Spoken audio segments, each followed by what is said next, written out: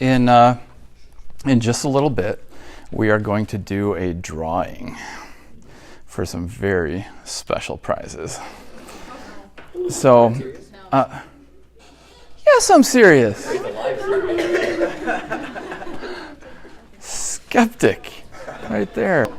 Basically, all you do, just put your name and fold it in half one time. All right, look at that. Oh, and pens. All right, see if anybody needs pens. Oh, these are extras? Okay. Did everybody get one? All right, so I'll just set these here and we'll get prizes later, all right? It'll be fun. It'll be fun. Anybody remember a definition of apologetics from last week? Apologizing. Defending your faith. Defending your faith. Yeah. Yeah, defending your faith, okay? Apologetics means to give a defense, a reason why you believe something, all right? Anybody remember the verse that apologetics comes from? Always be ready to give a defense for something done as a thing. All right, yeah. 1 Peter 3:15, okay? In your hearts, honor Christ the Lord as holy, always being prepared to make a defense to anyone who asks you for a reason for the hope that is in you. Yet do it with gentleness and respect. So I underlined two words there, defense and reason. Okay? Which word is the word that we get apologetics from? And the crowd goes silent. Defense, yeah. Yes. Defense is where we get the word. It's in Greek. This is the Greek letters, right? And then these are the English letters of the Greek letters. And I can't remember how to say it. It's apologia. Did I say it? Apologia. Okay. A lot of people want to say apologia, but it's not. It's a gi. All right. I underlined the word reason. Anybody remember? Logos. Logos, right.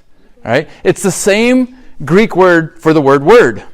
In the beginning was the logos, the word. Okay? So reason, the Greek word, it looks like this, but it's logos. It's where we get logic from, and it means intelligence or a word as the expression of the intelligence. Okay? And I just copied this from some Greek dictionary. Okay? I do not know Greek. All right, I don't speak it. I'm pretty bad at learning foreign languages. You can just ask Enoch, ask my wife. I have tried to learn like Spanish or anything. It's bad. You don't want to. It's not good. Okay, so apologetics. You guys remember the two things that I'm trying to give you? I'm going to give you. I said you will get these two things. Anybody remember what they might be? Strengthen your faith. Boom. Your faith will be strengthened. You'll feel more comfortable talking to people. Whoa. You will feel more comfortable speaking about Jesus to others. Okay? Now remember, does that mean you're going to feel super comfortable and it'll always be easy? No. Just more comfortable than you are now. Okay? So those are two things, two goals that we're going to get throughout the next few weeks or however long we're doing this, okay? All right, so today, scientific evidence for God. Okay, scientific evidence for God. I already shared some things with you guys, but I do presentations for different, I was at Grand Valley, I did a presentation like this, I did one at a church in Greenville, so I can't remember which things I covered in which place. So, if you've heard some of this before, it'll be a reinforcement. And if you haven't heard some of this before, it'll be brand new. And if you don't remember, then neither do I. That's okay. All right, so here we go. Scientific evidence for God. Last week, we looked at some verses, right? There's scriptural basis. The scriptures tell us that we can look to creation, look at nature, and we can get some information about God, right? My favorite verse about this topic is from Romans 1, verse 20. Okay, that's my favorite verse about looking at creation and learning about God, okay? For his invisible attributes. Now, I'm not trying to insult you. I know you all can read that yourself, okay? But I like reading this verse too, okay? So, for his invisible attributes, namely his eternal power and divine nature, have been clearly perceived ever since the creation of the world in the things that have been made. So they, people, all people, are without excuse. There is a certain amount of knowledge about God that everybody can get from creation, according to the Bible, so that everyone on the whole planet is without excuse, to a certain degree at least. Okay? One cool thing that I think about this verse, do you guys see this? Even God's invisible attributes can be clearly perceived. Just blows my mind. Think about what that means. Even his invisible qualities, you can perceive them from nature. Like, does that blow your mind too? I mean, awed to silence. Yeah, I know. It's pretty amazing. Okay, so another one was Psalm 19, 1 through 3. I'll just read through this quickly. The heavens declare the glory of God, and the sky above proclaims his handiwork. Day to day pours out speech, and night to night reveals knowledge. There's no speech, nor are there words where their voice is not heard. So that's all over, right? So the information about God goes forth everywhere, every day. And again, there's no voice, so they're without excuse, you know. Acts 14, this is Paul talking, and he's talking to some people, and he said, you know what? In past generations, God allowed all nations to walk in their own ways. But God, did not leave himself without witness. He left a witness of himself. Because he did good by giving you rain from heaven and fruitful seasons and satisfying your hearts with food and gladness. Okay, so that's even how Paul preached to people and appealed to rain and fruitful seasons and things like that. Okay? So you guys should know. You should know at least something about God, right? That's kind of what Paul's saying there. Okay? All right, so those are some scriptural basis. There's scriptural basis for looking to creation. And I think that might be the only Bible verses that I'll use today. Because right now we're going to take a look at things that even people without a Bible, if you know any friends that aren't Christians, or maybe later you go to college or the Navy or something, you might meet some people that aren't Christians and they don't believe the Bible. Well, guess what? There's some preaching you can do. Paul preached here, and he didn't have a scroll of Isaiah that he referred to, right? He's just saying, look, the rains, man. There's other things that you can refer to as well. Okay. Now, before we get into science, we need to ask ourselves, what will we accept as evidence? What will count? You know what I mean? If you're on a jury, and you have to vote whether somebody's guilty or not guilty, the judge instructs you, this is allowed for evidence, this is not allowed for evidence. Well, what about you? What kinds of things will we accept as evidence? Some people claim seeing is believing. I gotta see it or I don't believe in it. Okay? All right? Is that what we believe? I need a volunteer real quick. I want to ask you guys if seeing, Drew, come on down, is seeing believing. Please inspect this. Make sure, man, you grew 2 inches this week. Okay. These shoes are really thick. Oh, okay. Yeah. Okay. I'm like, oh. She said, yes, I did. Just make sure there's no trap doors or hidden mirrors in there or anything like that. Okay. There's none. Okay, great. All right, you're going to cut it for me in a minute, okay? And maybe stand back here so you're not blocking anybody's view. Okay, so I got a rope. It's taller than me, even taller than Drew. All right, so we've got this rope here, and what I'm going to do for you guys is I'm going to take it. You got to be very careful about this because I want to cut it in half. All right, I'm going to have you cut it right there. You can do it, Drew. Yeah, it's a thick rope. Good job. Awesome. All right. You did it. All right, so perfect, Drew. Drew cut it in half. I gave you one rule, one thing.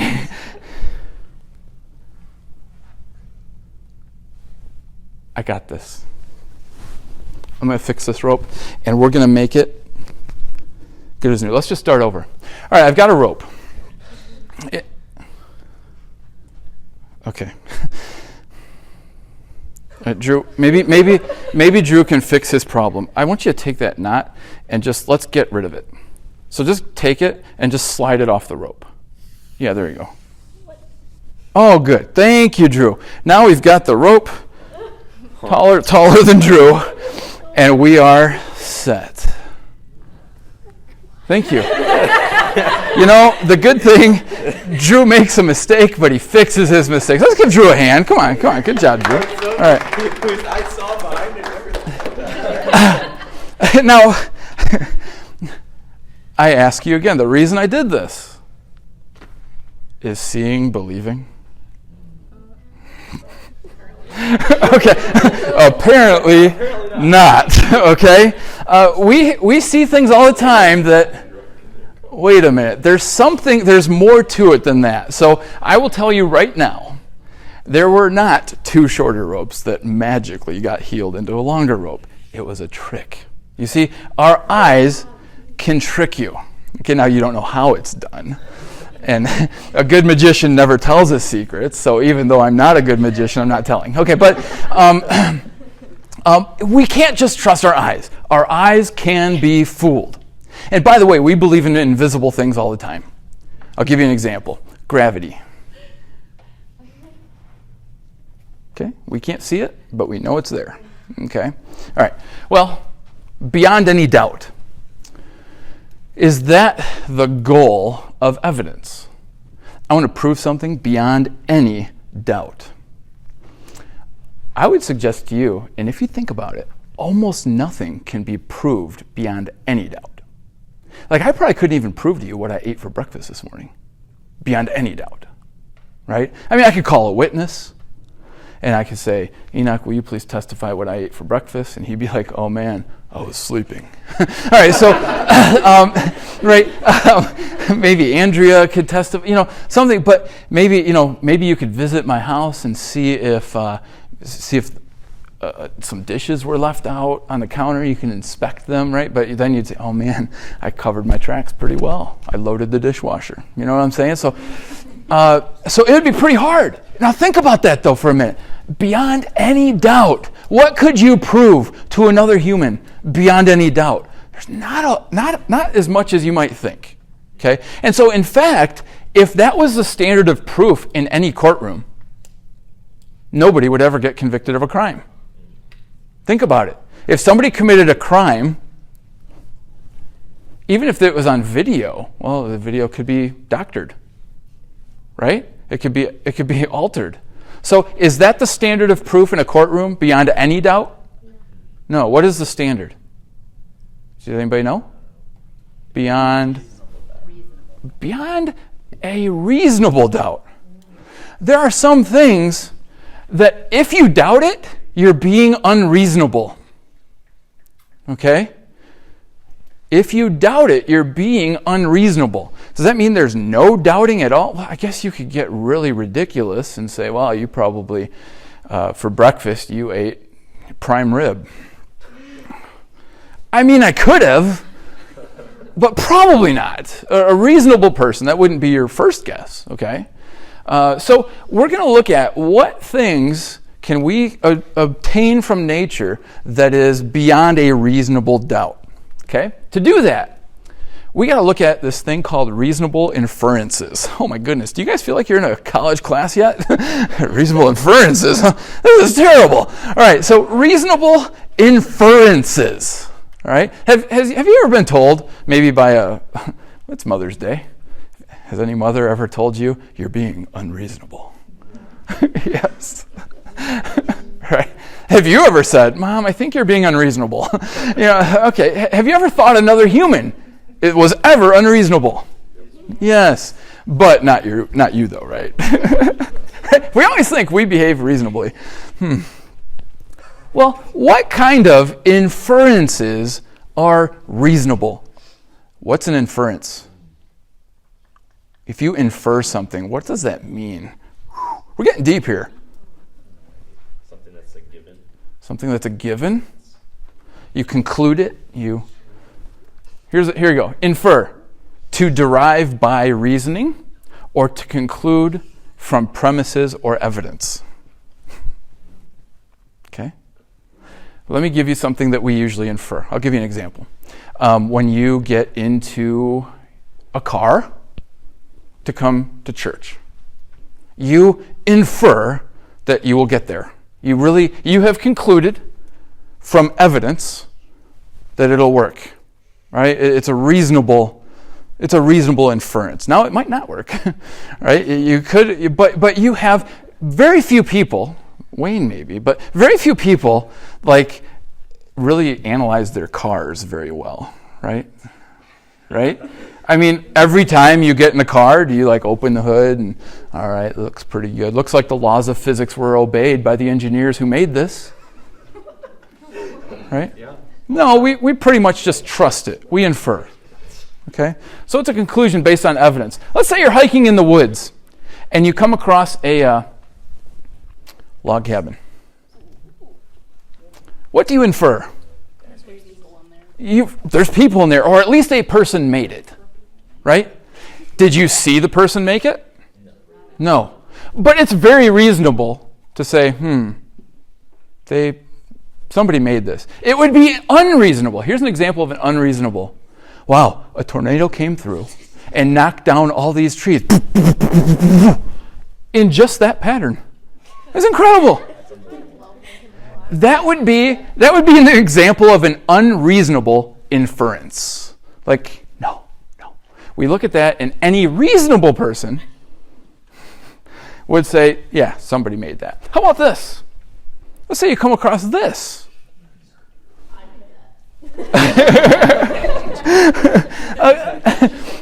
Again, we look at this and we say, what's the most reasonable inference? Somebody did that, right?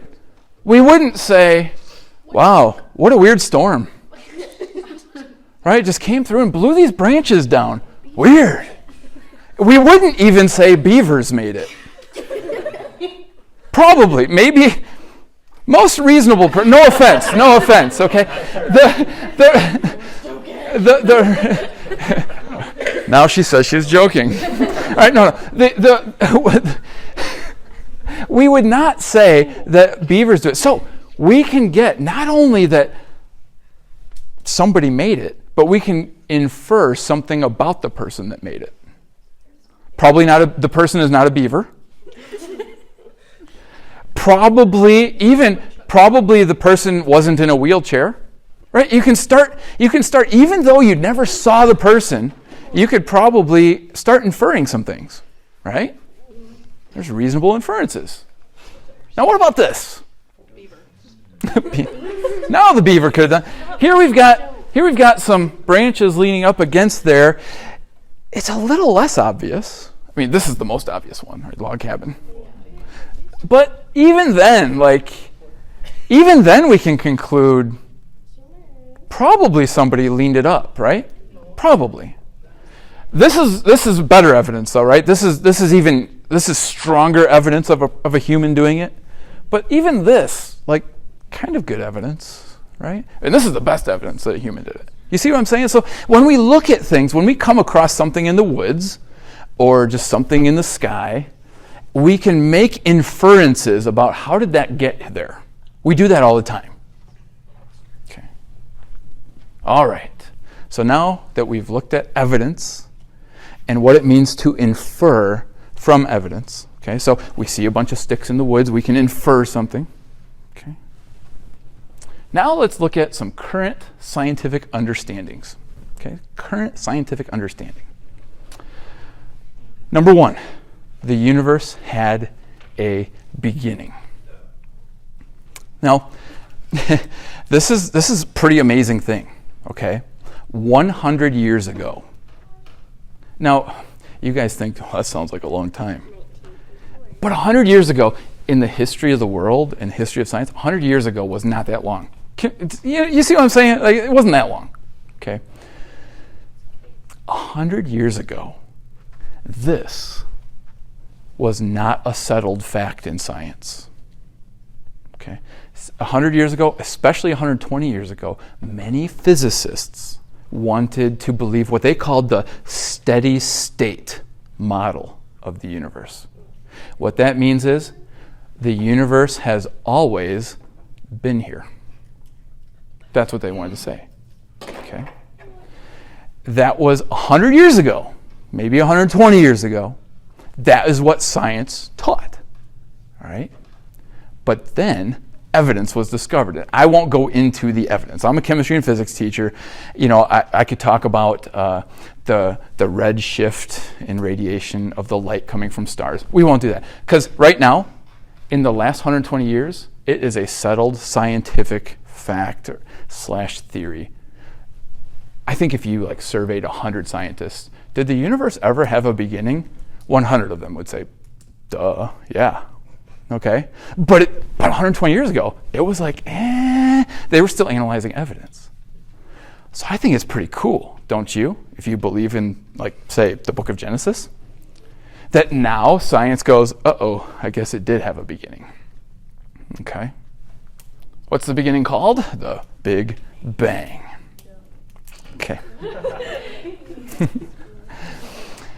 What is the Big Bang? An explosion, a Big Bang. It's a Big Bang explosion, okay? Now, usually, all right, especially, does anybody here go to a public school? Okay. Do you ever hear the Big Bang theory talked about? Oh, your school doesn't go there. Okay. Last year, my teacher went to prep school. Okay, you heard about the Big Bang theory. Okay. Now, unfortunately, the way scientists talk about it, they put all different kinds of stuff around it to make. They basically use the Big Bang theory to get rid of God. All right. They say, oh, God didn't create things. It was a Big Bang that started things. I want you to think a little more critically about the Big Bang, though, for just a minute, because I would like to offer to you guys to think about the Big Bang is actually, if you think about it right, it's actually a pretty neat scientific evidence for God's existence. Okay? Let me show you how. The Big Bang is the beginning of the universe. Okay? That's what scientists say. This is how the universe started. Everything. Now, what is the universe? The universe is defined as all matter, energy, space, and time.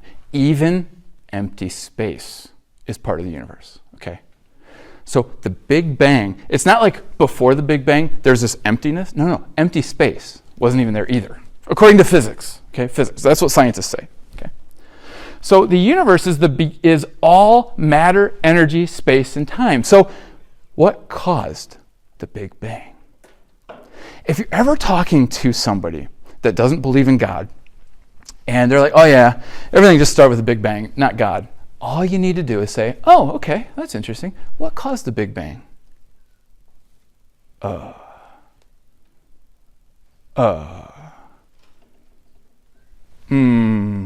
They don't know. Interesting logic says the universe can't cause itself. Let me just put it this way. Anything that begins to exist can't cause itself. That's like logic. Think about that. If something begins to exist, what caused that to start existing? It caused itself to begin existing. You come across a chocolate chip cookie. It caused itself to exist. Did you cause yourself to exist? No. What came first, the chicken or the egg? Well, one of them, but the egg did not cause itself, and the chicken didn't cause itself. You see what I'm saying? All right, so nothing can cause itself to exist.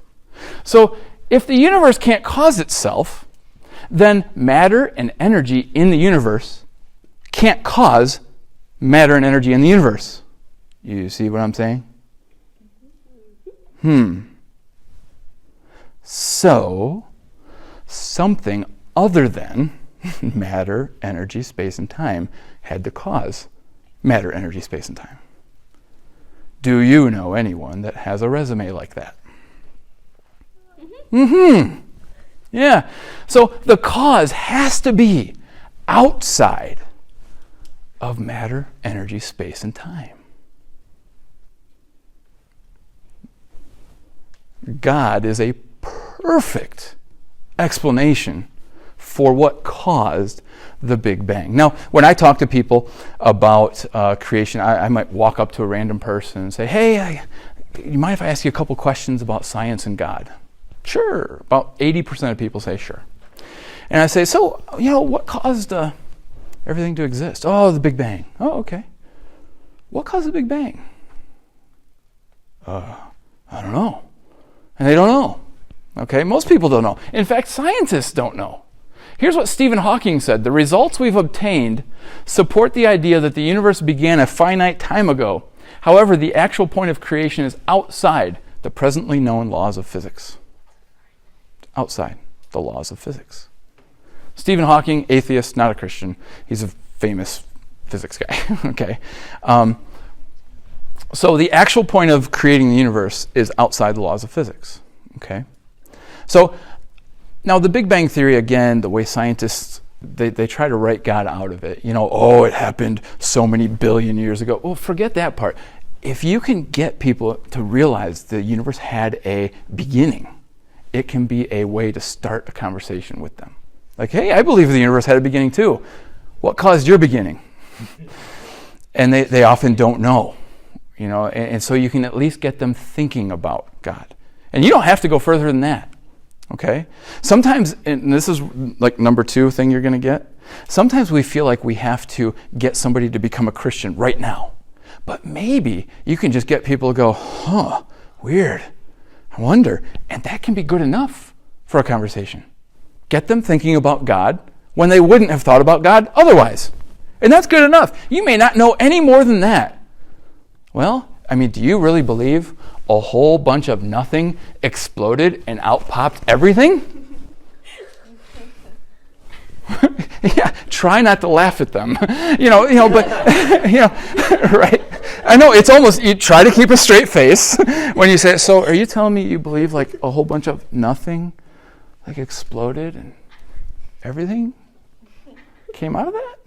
Yeah, you're going to have to practice, not laugh, All right. And that's all. They're like, oh. And you can just say, because, I think it's more reasonable to infer that an all-powerful being outside of space, time, and matter did it. It's more reasonable. And maybe you have nothing, I don't remember the science, I can't remember. That's fine. They go away scratching their head, and it's like you put a little pebble right in their shoe. And every step they take, they're like, oh. It's like it gnaws at them. And maybe 20 years later, they'll give their life to Jesus. Or maybe next week you'll talk to them again. I don't know. But like lower the pressure. You don't have to hit a home run. Just walk with a bat and, try. Don't bring a bat. All right. Okay, so current understanding of science. The universe had a beginning, and science can't explain what caused the universe to begin. It's outside the laws of physics. They really don't know. Somebody might say, if anybody ever says, a bunch of gases got together and exploded. Well, the universe is everything, including those gases. So how'd those gases get there? Right? So even if they say something, okay, well, no, I'm talking about the very first thing, how to get there. Because I believe God spoke and bang, it happened. Okay? It's just, All right, so next. The universe is fine-tuned for life to exist. These are all things that chemists and physicists have discovered in the last 150 years or something. Ooh, winning the lottery. Here's the lottery. I told you we'd have a drawing for prizes. Woo! All right. All right, the prize is not huge. It's just candy, okay? If you like a blow pop, you like blow pops, okay? All right. And All right, oh, here.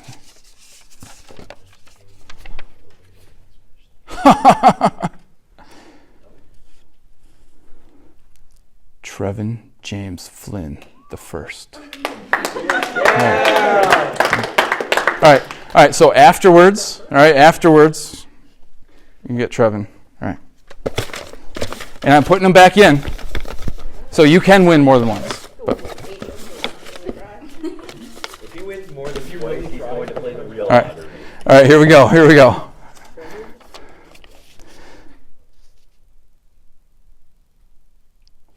Trevin James Flynn the first. Yeah. Quick show.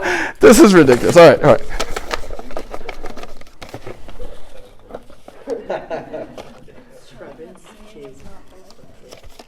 I'm on to you. Let me get a draw proof. You lie. Trevin James Flynn the first. Yeah.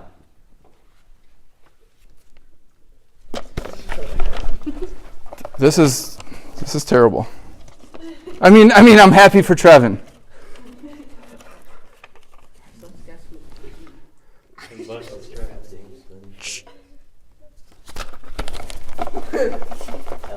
That was Trevin again. Now I only brought 5. Trevin James Flynn. Okay, now I'm kind of playing around with you guys a little bit. Okay, I actually brought enough blow pops for everybody. Okay, so everybody gets. But so now the point of this is: at what point were you suspicious? Kylie was suspicious, I think, the second time. Show us. She said, "Show us." And fortunately, the third time I actually drew his name again. I'm like, "Yes, I can show it this time." All right, but. Every time I was just like Gary was one of them, Kaylee was, so but I'm just saying Trevin James Flynn. All right. At what point, right? At what point did you guys start thinking this is rigged? Second time? First one. I didn't win. It was rigged at the beginning. All right. So, yeah. Right. The second one probably. Definitely by the third, right? So when is it reasonable? When is it reasonable to start? Trevin's like, no, I win everything. Everything. All right. But so we need to. This is going to be important science here, guys. We have to look at when is it reasonable to infer that some cheating is going on. Right? If you win the lottery this week, and next week, and the next week, pretty soon, we're going to have to go, this is rigged. Now keep that in mind, please, because this is going to bear in mind right here. All right, we have some sensitive creatures. The little red one that's doing like this is Nora. No, okay, well, I did not realize. The big green blob is Bridge. I didn't realize. This is not you guys. Okay, you're like, oh yeah, you're the green blob. No, okay. All right, there's some sensitive creatures, right? These are sensitive creatures. These are really supposed to be like some bacteria. They're microscopic, okay? But they're very sensitive. They require, in order to exist, they need temperatures between 71.45638 and 71.45643. Right? They also, the annual rainfall for them to survive has to be between 1.256 and 1.259 inches. That's why I call them sensitive creatures. Okay? You're like, well, you're kind of sensitive. All right, so, and the light must always be between 423.262 and 423.269 lumens. In here right now, it's more like between like 900 and 1200 lumens of light. That's how bright it is, okay? So it has to be in between this. Now, what kind of place would allow these creatures to survive? A very specific place. Inside your body. If you... Well, no, we're like more like 98 degrees. Yeah, they die. Fall on our bodies. Okay? So I'm picturing like a lab somewhere with white walls and like thick insulation and controllable lights and all this stuff. I'm picturing like a control room, right? That can just put enough rain in there and light and everything and keep it really. Do you expect to find a place for these sensitive creatures just randomly? Probably not. In the universe that we live in, the proton mass, protons, you heard of protons? Proton mass is a certain amount. The electron mass is a certain amount. The weak nuclear force, strong nuclear force, gravitational force, electromagnetic, all these things are like just the perfect values. I'm not saying just for life to exist, but if these values were not perfectly tuned, we couldn't even have chemistry. The chemistry that allows life to happen couldn't even exist. Like atoms wouldn't even form if these numbers weren't just right. If the nuclear force, if they were too strong, too weak, atoms couldn't even exist. And so since, everything is made of atoms, we'd be having a hard time having anything. Okay? So all of these things are fine-tuned. Okay? And it's almost like there's a huge digital switchboard and all the dials have been tuned just right. So it's like with the proton mass, we won the lottery with that one. With the electron mass, we win the lottery again. With the weak nuclear force, all of these being just right, every single one of them, the odds are worse than winning the lottery. And yet here we are, we've won the lottery way more than that many times. When is it reasonable to infer that the universe is rigged? We lived in a rigged universe. Things that are adjusted just right for chemistry, for atoms, for us to exist. And it's a reasonable inference that there's an intelligent designer to it all.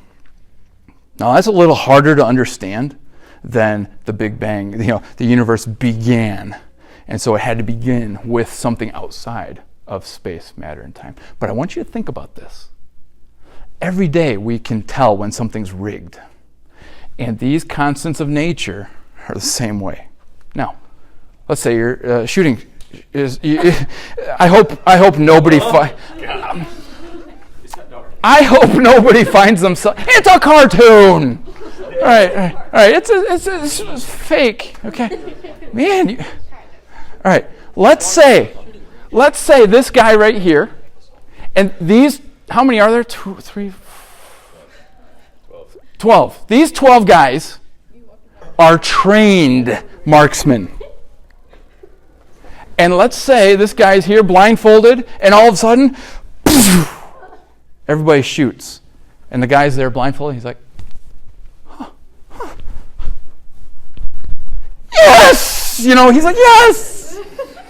Now, he should conclude. Should he conclude, wow, luck, I'm lucky?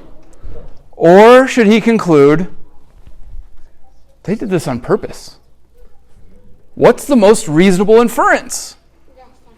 Yeah. Now, if there's only one shooter, well, maybe he missed. I guess that could be lucky. But the more shooters, if there was 100 of them, and they're all paid, if this guy lives, the king is going to be mad. You see? And if the more guys shooting, the more reasonable to infer somebody set this up. The more things that are perfect for life, the more reasonable to infer that intelligence did it. The more times you win the lottery, the worse the cheating. Fred Hoyle, he was an atheist. He was an atheist scientist. He was not a Christian. This is what he said. A common sense interpretation of the facts suggests that a super intellect, some sort of super intellect, he didn't believe in God, But he's like, there's some sort of super intellect that monkeyed with physics, as well as with chemistry and biology. The facts seem to me so overwhelming as to put this conclusion almost beyond question. And this is what scientists are grappling with, like right now. I mean, this was 1981, but this is like, there is such a degree of fine-tuning going on here. What do we make of this? And the atheists are kind of in trouble with it. Last thing I'll show you for today, Charles Towne. He's the Nobel-winning physicist, and he's the inventor of the laser and professor at UC Berkeley. So he's not just some guy. He said, intelligent design, as one sees it from a scientific point of view, seems to be quite real. This is a very special universe. If the laws of physics weren't just the way they are, we couldn't be here at all. So, 2 things we've learned. Number 1, the universe had a beginning, and scientists have a real hard time figuring out what caused that beginning. Number 2, the universe is fine-tuned. There are a lot of things from the proton's mass to the electron's mass to the charge to the nuclear forces, gravity, that points to the reasonable inference being a designer. Next week, I have a 3rd part of science to show you that is probably my favorite one. Okay? And what exactly that is? Chemistry. It's not archaeology yet. There's a little bit of chemistry, biology thrown in there. It's basically every single person. It's like you have God's signature on every cell of your body. And you're going to find out what that is. It's incredible. So don't miss next week. Don't miss next week, all right? Yeah. Yeah. Yeah, you'll have to come back next time, okay? Hey, any questions you guys have? We're kind of out of time, so. All right. Next week, we'll ask questions. I also have a handout for you. I think I'll give it to you next week that has the summaries on here and some things like that so you can remember it. But hopefully, 2 things. Hopefully you're realizing, like, wow, it's kind of reasonable to be a Christian here. It's looking reasonable. And secondly, like, oh, you know what? Maybe I can share this reasonable thing with others a little bit better too. All right. Well, let me pray and then we'll head out.